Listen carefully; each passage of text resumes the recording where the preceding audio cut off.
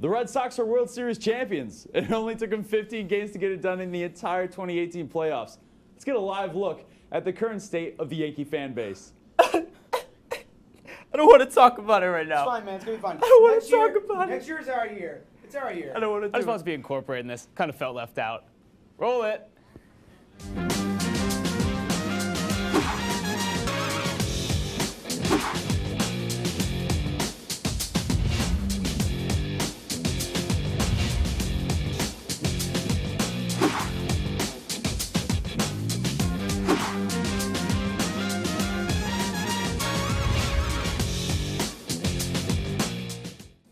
Good evening, ladies and gentlemen, and welcome back to Oswego Sports Update. I'm your depressed Yankees fan / host, James Gattato, joined by some Sox and Mets fans, Bodrake Deese and Mike Morano. Tonight on OSU, we got Hockey Night in Oswego. And for this week's Talk of the Town, we got a one-way ticket to the capital of Sunbelt, Houston, Texas. A lot of good stuff to get into this episode, so let's not waste any more time, boys. None of it. The Oswego women's hockey team took their inaugural weekend on the road and walked away with 2 dominating wins over Kings College and Wilkes University. The Lakers would net a total of 15 goals and would get on the bus back to Oswego, conceding only 1. Led by junior Aaron Stewart, who contributed 3 goals and 3 assists on the weekend, the Lakers looked to be in near-perfect form when they took the ice. The ladies hope to ride the wave of electric offense and impenetrable defense when they travel to Buffalo for a doubleheader against the Buff State Bengals this Friday and Saturday. Boys, how good do the ladies look right now? I mean, at face value, at these 2 games, I mean, what more do you want to ask for? Yeah. I mean, for real, you're going to net 15 goals in 2 games, and you're going to only let in 1, and that's at face value. They look really good. Yeah. Yeah, I hate to be that guy. Go ahead. You're always that guy, though. Be That's that what I guy. mean. No, Be that guy, you're Mike. that guy. I'm We're not just that gonna guy. go. You are that guy sometimes.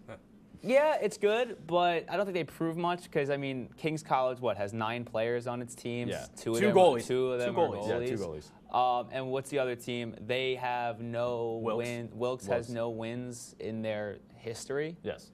As you know, I don't know. Like I think the game against London Junior Devilettes was good. I think that showed a lot of grit. Do I think it was a fluke? No, but I think these 2 games against Buff State is going to really show who their true colors are. Well, I mean, I also think that it's a reason to be excited because the ladies last year capped off an awesome season going on a great win streak and getting all the way to the SUNYAC final, and they got stomped in the SUNYAC final. But, I mean, an impressive win streak nonetheless, and then they only finished 1 game under 500. So I definitely think that there's a massive improvement in this team. Yeah, Yeah, 100% there is. I think that definitely going up and actually playing an interconference team is going to help really, like you said, show us what they're actually going to be made of this year. Because the first 2 games are going to kind of be something that we're going to look at, especially since naming the impressive statistics that you fellas. Yeah, and Buff State is very equally matched. They have kind of the same record as the Oswego women's team. I think that they have 2-win difference. So and the Buff State stats are just very average too. So it'd be an interesting matchup. Yeah. I'm very intrigued to see what happens, but good job on the ladies because they are playing very well. Yes. But on the men's side of the puck, the Oswego men's hockey team capped off their preseason with an impressive 5-3 come-from-behind win over the Carleton Place Canadians this past Saturday. After facing a 2-0 deficit to the CCHL club at one point in the first period, Oswego stormed back and scored 4 unanswered goals. Leading the charge was coincidentally enough former Carleton forward Travis Broman. On top of big contributions from Tanner Spink and Anthony Pissarro, Broman was able to snag a goal and an assist, lifting the Lakers over a gritty Canadian side to close the curtains on a perfect preseason. If I'm Coach Ed Gosick, I got to be feeling pretty good about this squad, right? Like, the men are playing pretty well. They're playing pretty well, but this is the second time in the preseason that they've had to come back from behind. Yeah, I would say In the preseason? I would say yes and no, because they had a great game. Riche wasn't in the second game, and he kind of looked he struggled a lot in his first game. I think we couldn't really see how he might have tuned up in the second game. But regardless, Riche is a starter. Yes. 100%. Riche is definitely the starter. 100%. Can you get a paper that has an S on it? No. I mean, as similar as Cedric Hanson's stats are to David Riche, I mean, the amount of games that David Richey has played, and it was arguably the best season in program history. Yeah. You got to give it to David Richey, obviously. But Cedric Hansen, like if Richey goes out with an injury or something like that, I'm comfortable with putting Cedric Hansen or Steven Koskowski in. Because the freshman had a great game. That 5-on-3 power play. Freshman from Liverpool. Yeah. He had on the 5-3 power play with like 4 or 5 minutes left in the game. He stopped everything that they gave his way. Yeah. Yeah, I think one of the things that you also have to take into account is that Hansen has seen some action, especially last year when Richey didn't start the first, I think it was the 2 games of last year's season. We saw it last year was that going into the first week of preseason, Cedric Hansen was the starter of this team. Yeah, he was the starter, and then David Richey took over Hansen's spot and then never gave it back. Mm-hmm. Yeah. So I think that you can find comfort in the fact that Hansen's seen the ice and he knows what's going on in most of these teams. However, I think you still need to be a little bit wary of his reliability because he did get that slot taken from him. Well, he does have a cool helmet. Swiftly. He has a cooler helmet than David Richey. Cool okay, so I can't argue with that. But at That's the same thing. Sources have told you that. Sources. At the same time, though, I'm very comfortable with their defensive play because when you have Campbell and Curry backing that defensive line, and then you have literally depth for days. Yeah. I mean, it shows because they scored 9 goals in the preseason. In all 4 offensive lines, you have at least 1 or 2 options that can tire out defenses, which they did against Carleton, and they just kept on bringing constant pressure, and then it was just only a matter of time before they were going to net those 4 unanswered. That was one good thing about it. They kept the pressure on. They kept playing hard, and I think that tired out Carleton a lot. Yeah. Because they started out the game Carleton like extremely contact heavy, playing hard, and that kind of affected Oswego. But Oswego was able to keep up that pressure, and that's what forced them to make mistakes. And they still haven't been fully healthy yet. No. Like last week they were missing Michael Gillespie. This week they were missing Cam Berry, and Cam Berry last week was playing hurt with a nagging elbow injury. So we really have not seen the full potential. And they're with playing some pretty key good. players with too. some key players. Like it's not like some 4th line players. Yes, And that's exactly. why that's what's so important with Travis Broman is that he's a freshman and he's coming up big right now. Well, I mean, he came up big in the second game. One of 9 freshmen. One of 9 freshmen. And that's what I'm saying. Ed Gosick has some really good options moving forward. Yeah, I would agree. I'm really happy about that. In this week's sports preview, the Oswego men's hockey team will open their regular season play on home ice when they host the Red Dragons of Cortland this Friday at 7 p.m., like we were saying, as well as the women's volleyball team who will travel to Brockport for the first round of the SUNYAC tournament tomorrow at 6 p.m. Give me some previews, boys. We got a opening puck drop for the regular season for men's hockey, and then we got the first SUNYAC play of the 2018 academic year with the volleyball team heading to Brockport, the 3 seed.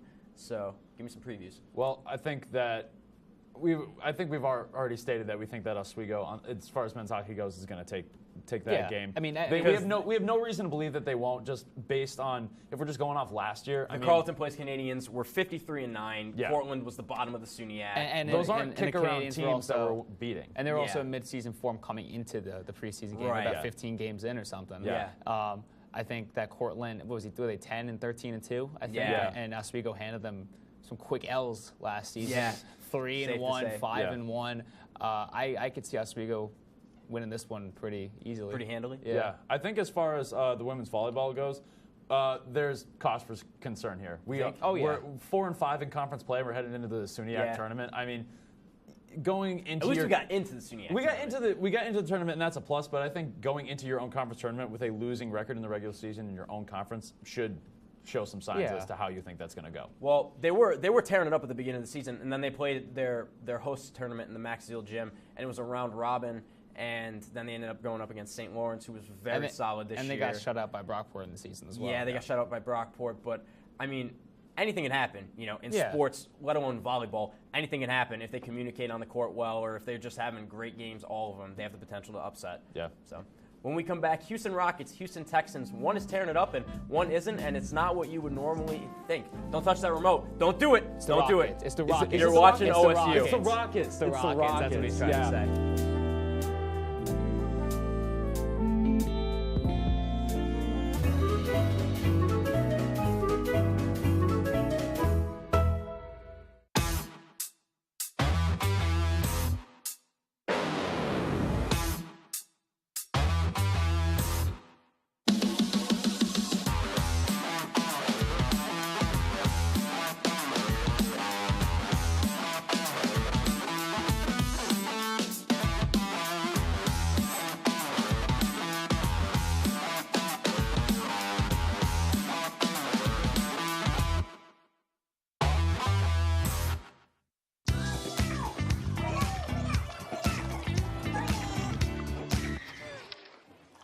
Looks like it's done.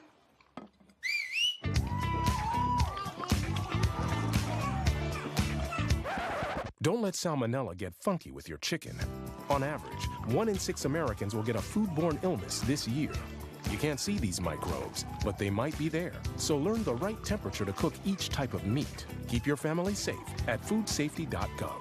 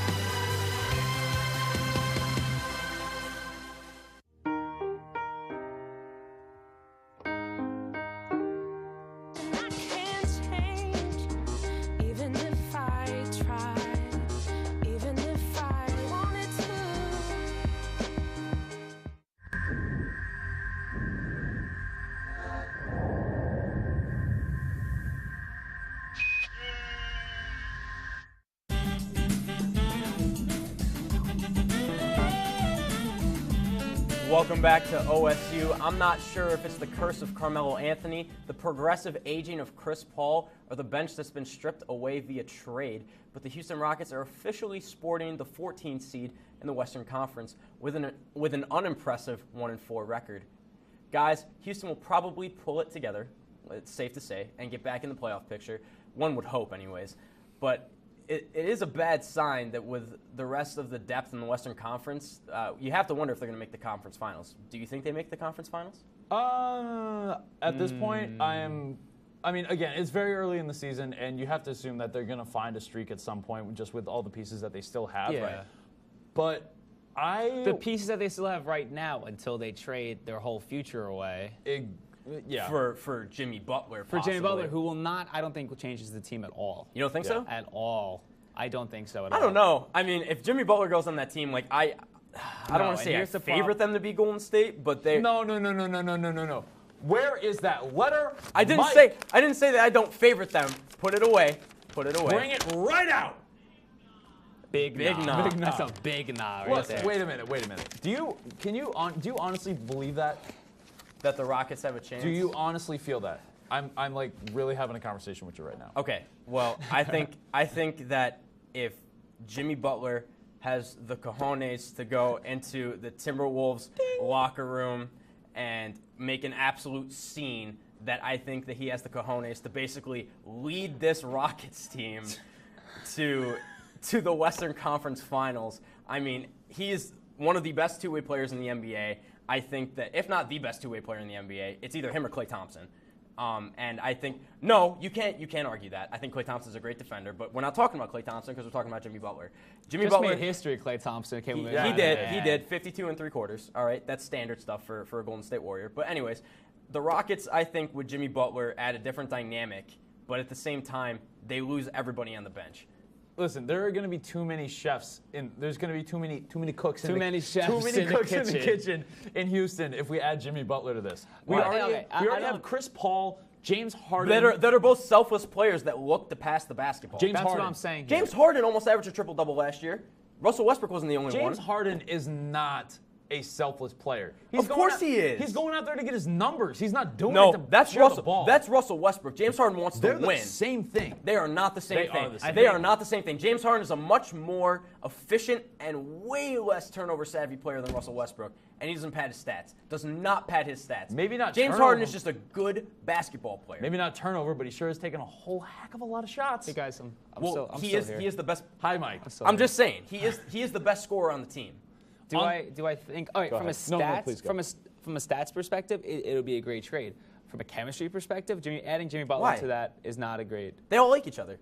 What do you They mean? literally all like each other. Jimmy Okay, Butler, all right. Chris Jimmy Paul. Butler wants to be a leader of a team. I think we've established He wants to that have his pretty own well. team. And Minnesota is his team. Minnesota is Jimmy Butler's They've team. made it very clear Kat is the leader of that team. Yeah. Softest center in the NBA. Doesn't matter. I mean, what Doesn't matter. They want Kat to be the picture. Well, how many years they give him? 4 years or how many years they give that? It doesn't matter. They gave him 190 way too much money, and then Cat's the leader of that the team. team was Wiggins' team too. Until before Kat got drafted. Yeah. I mean, and look at how Wiggins is panning out. So adding Butler to a team that he's not even going to be the third best player, not even best player, I'm sorry, leader, because you're going to have Harden, you're going to have Paul. Melo's not going to try to give up his spot, and then you got Butler. I'm sorry. Yeah, the Rockets do one of two things if Jimmy Butler goes there. They win or they lose. Yes. Well, right now they're losing, but I'm saying they either push Melo to the bench. No, they either push Melo to the bench or they play small ball. Yeah, that's going to happen. I think that they could realistically play Melo's small ball. Melo will never go to the bench. He said that before he was even actually on the team. We knew that's where he was going, but he said that he is not coming out. You crazy if you think I'm coming off the bench on the Rockets. Well, he almost averaged 20 on the Thunder. So, I mean, it's not like Melo had a bad season. It's just that he played because with, he's he played with a bunch. He's one of 3 players in the Thunder. He was like one of 3 players. That was it. Well, Steven Adams, you can't discount him. In terms of scoring, though, Steven Adams is not a scorer on that team. But he's a great offensive rebounder, which then provides looks for more shooters. But he's not even putting up that many second chance breaks. He's getting those rebounds and he's kicking it back out to the rest of the shooters. Melo may be averaging 20 points, but was he missing like 33 points? I'm not saying that Melo's an efficient player. I'm just saying that bottom line, Melo, CP3, and Harden are going to put up points. I think that the fact that you lost a lot of players this offseason hurts you a lot too. I mean, you lost Trevor Ariza, and you lost Tucker. So I mean, that hurts you a lot. You know? So you think trading away their whole future? Because we saw the Brooklyn Nets. We saw what the Brooklyn Nets did, Houston, and they had it great. You know, they traded away their whole but it's not future. the same scenario. It kind of. It's not the same scenario. Houston is in a win now situation. The Nets with that trade made them in a win now situation. They were all old. They're all in their prime now. Houston is in a win now situation, whereas if they make that trade, maybe they'll win now, but they won't win in 2 years. I don't think they care about winning in 2 years. I don't think so because CP3 is only getting older. So what are you trying to prove? But CP3 got hurt, and if CP3 doesn't get hurt, I can make a case that they beat the Warriors and they go to the finals. But then you can also make the case that if Draymond didn't get suspended, then the Warriors go and beat the Cavs. I think they do. And I think they do. Disagree with that, but that's a different conversation. Moving on from one Houston team, a bad Houston team, to a really good Houston team. The Houston Texans are winners of 5 straight after dropping their first 3 games of the regular season, leading the AFC South as the only team in the division above 500. The Deshaun Watson-led Texans are looking great on the offensive and defensive side of the football. Do they win the division? And if they get out of the division, do they pose a threat to the rest of the AFC? All right, I'm going to give this to you now. I don't For what? You don't think they're going to win the division? I'm going to give this to you so you could use it because I don't think you guys are going to like my hot take right now. All right, well. Hot take? You're going to say it right now? I'm just going to say it right now. I'm keeping it open. Okay. The Indianapolis Colts are going to win the division. Go on camera 2. Camera 2. Camera 2. Can we zoom in on that? I want to zoom in. Big nah and hi grandma. Hi grandma. Hi grandma. Do you genuinely believe that the Indianapolis Colts are going to win the division? Well, actually, please respect the nah, please. Please respect that paper because I work hard on that. Anyway, if we look at the stats right now, the Colts and the rest of their schedule are versing all the teams under 500 except for the Texans and the Dolphins, who are a 500 team. You look at their numbers, Colts scored about 231 and allowed 213. The Texans gave up 167 only scored 197. So like their offenses, I think Colts offense is better. With what offensive line are the Colts going to win the division? With their schedule right now, I think they win the division. With what offensive line and what defense do the Colts win the division? If you're versing trash teams, you're going to win these games. Okay, but the Texans play the Broncos, the Redskins, the Titans, the Browns, who just fired basically their entire coaching staff. Hugh Jackson and the offensive coordinator got fired from the Browns. And you could arguably say that they play the Colts, then they play the Jets, the Eagles. You could arguably say the Colts' hardest competition is what? The Texans or the Dallas Cowboys? Cowboys are good. I'll give you the Cowboys. They verse the Jags, who are a dumpster fire. Their defense. Got the Titans. That great defense from a cornerback who just likes to talk himself into existence. The Titans, who Marcus Mariota is never healthy. Okay, but when he is healthy and he is playing with one hand and still leading the Titans to second in that division. And the first of all, and the Dolphins too, who last played? Brock Osweiler? I think that's correct. It's Brocktober. It's Brocktober. Oh, so is Brocktober. It's so Side note, Fitzmagic is back. I'd just like to say that. Fitzmagic is back. Ryan Fitzpatrick is the starter for the Tampa Bay Buccaneers again. But anyways, I digress. You're genuinely telling me that the Colts The Colts. The Colts. The Indianapolis Colts. Okay, well, they had the same record as the right. Jags. That was a hot take. That's a sizzling take, and I pull don't up- appreciate it. You don't appreciate it. I don't Okay, appreciate with all it. the stuff that you've said That's this like whole Applebee's show. Apple Crisp. With all the stuff But you said but- in past shows, I mean, this is nothing. Let's pull up the AFC South standings here. Colts are 3-5. Titans are 3-4. Okay. Jags are 3-5. They're still in it. I'm They're two not games away. arguing that it's not an open division, but if the Texans win the division, there is no shot that the Colts get the wild card. I'm not saying no that. shot. I'm saying it's division or bust. And they're not winning the division. Do you see how well DeAndre Hopkins is playing this year? They are not that winning. Didn't count. So do we really? They are wanna- not winning the His division. catch through the legs. That was Their cool. defense? That was flashy. It was quirky. It was nice. It was awesome. Unique. I get that. But it didn't count, man.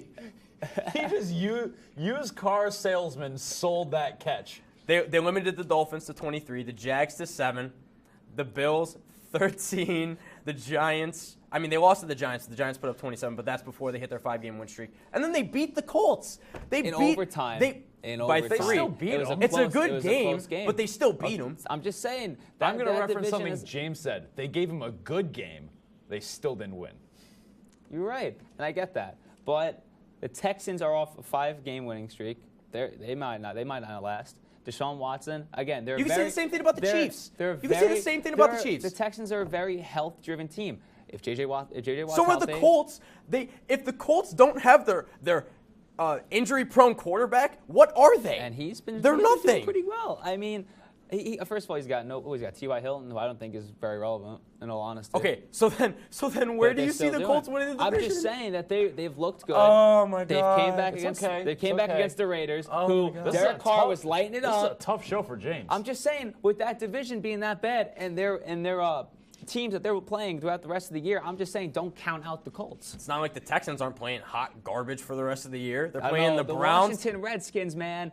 the Broncos, the Browns, the Jets, Broncos have an amazing defense. the Jags, and Jags got an amazing defense. Have you seen the Jags defense? Have you seen the Jags? It's the best. Their cornerback, GOAT.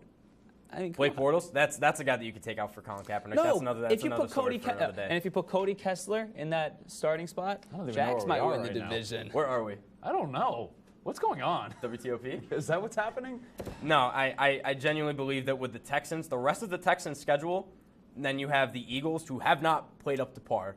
No, To and say I- and I it, can to say agree it with that. delicately, And I can it's agree not with like that. they're playing. It's not like they're playing the Rams, the Chiefs, the Patriots. They're the second half of their schedule is not good. You know what? None of it. You know what? As long as they're not playing they don't have to play the Patriots again in the rest of the year, anything could happen. I'm I don't just think they saying, make it out of the If AFC. the Colts put up 30 points, no one's beating them, man. Stop. Oh my God. Well, I'm going to keep things in New England now, boys. I appreciate your New York stuff. But when we come back, I'm not going to lie, things are going to get a little feelsy. My final take on the Red Sox next. Stay tuned. You're watching OSU.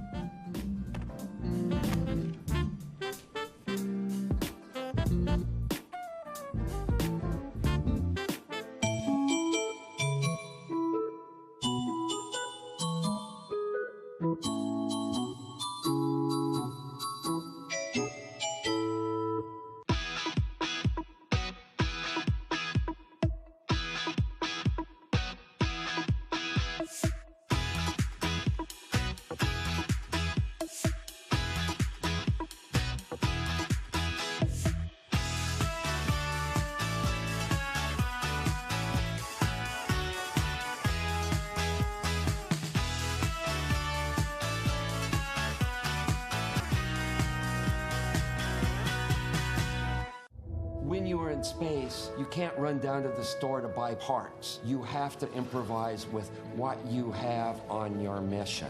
Making is when there is something new that was not in existence at the beginning of the day. Okay. It's an incredible sense of accomplishment when you have made something.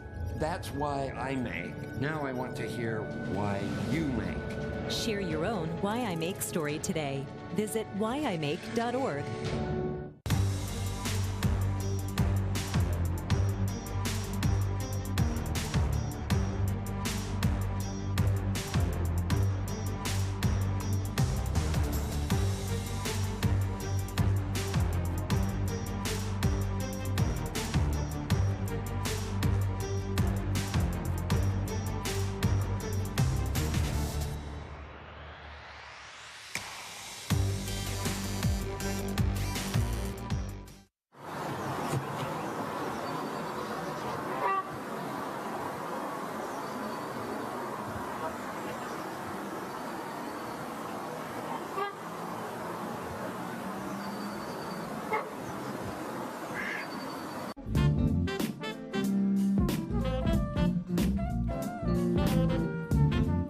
the first time you fell in love with a team? You might, but you also might not. For me, I loved my teams unconditionally and anytime anything was happening. It didn't matter what was happening. Being from New England, sports were the driving force behind most of me and my friends' get-togethers, and honestly, the reason we celebrated most of the time. It didn't matter that the Bruins had a bad year, or that the Celtics were the 6th in the East. It never for a second mattered what the actual winning was. I'd be the first to take crap from somebody about how bad the Red Sox were, and we had a stretch of bad. I would sit there and say, yeah, this is not our year. We stink. I could say that to somebody's face and still look online for tickets. The love for these Boston teams was ingrained in me. It was as much a part of me as my name. Watching this Boston team be unquestionably the best team in baseball has reminded me why I am so proud to be Boston-born and New England-made. The whole postseason, just calling my boys at 2 a.m. and jumping around because we made the Yankees look like they were a minor league team. We made the defending champs, the Houston Astros, lay down with a tail tucked firmly between their legs. The Dodgers looked like Manny Machado on that last pitch in the World Series, on one knee and about to fall, begging for forgiveness. What the Red Sox are from here is kind of funny because it's almost like they're the Celtics. They did so well this year, and they had the opportunity to bring everyone back, sort of. They can literally do nothing this offseason, just bring it back and run it again. Obviously, we got to see if the Celtics are going to do that, but it might work. But I don't want to get ahead of myself. All I really want to say is congratulations to the Boston Red Sox and my hometown. Thanks for watching. Be sure to stay tuned next week when we pick up and head to Philly for our Talk of the Town. But for now, the city of Boston will wait this long winter out in comfort, gently, sweetly singing, "Start spreading the news. I'm leaving today." That's enough. That's enough. That's enough. That's I enough. want to be a part of it. New York, New York. These vagabond shoes.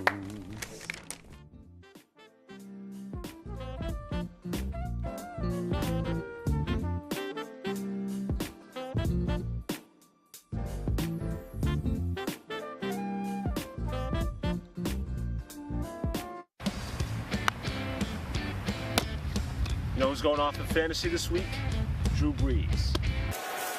Brees with time. You know, you guys are sleeping on Odell Beckham Jr., though. I think he's scoring 3 TDs this week. And it throws it back across the middle. No, tell me, the Bears' defense is what's going to go off this week. I mean, holy Chicago Bears.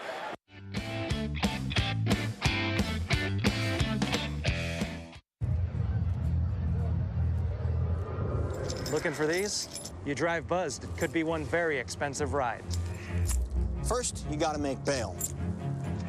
Then pay me to get your car back. Your insurance premiums will go through the roof. And my legal fees just keep adding up. All told, it could end up costing you $10,000. Buzzed, busted, and broke. Because buzz driving is drunk driving. As an American, it's hard to hear that we have a serious hunger issue in our country. And as a parent, it's even harder to hear that 1 in 5 of our kids struggles with hunger, especially when billions of pounds of good food are wasted every year. Feeding America is a nationwide network of food banks that helps provide billions of meals to families in need right in your community. Visit feedingamerica.org to support Feeding America and your local food bank. Together we can solve hunger. Together, we're Feeding America.